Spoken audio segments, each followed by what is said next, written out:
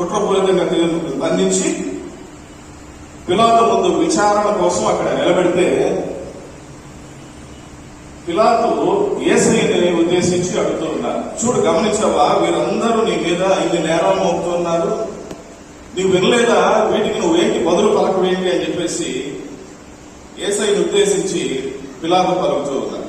కానీ యేసయ్య మాత్రం 14 ఏమున్నది, ఒక్క మాటకైనాను ఉత్తరం ఇవ్వలేదు, అంటే సమాధానం చేయలేదు, మాట మాట్లాడలేదు.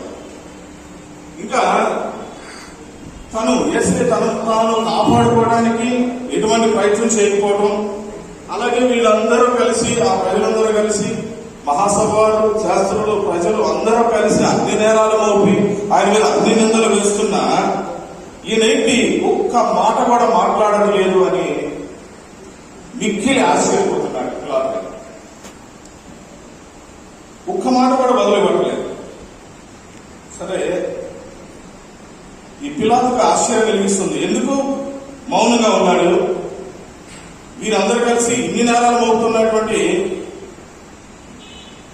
ఈయనకి అర్థం కావటం లేదా, ఎందుకు మౌనంగా ఉంటున్నాడు, ఏ తప్పు చేయలేదు కదా, ఏ నేరము లేదు కదా, ఏ పాపము లేదు కదా అని పిలాతు కూడా గ్రహిస్తూ ఉన్నాడు యేసయ్య విషయంలో. తనను తాను ఎందుకు సమర్పించుకోవటం లేదు, దేనికోసం ఈయన నోరు తెరవటం లేదు, ఎవరి కోసం నోరు తెరవట్లేదు, ఎందుకోసం ఈ మౌనం?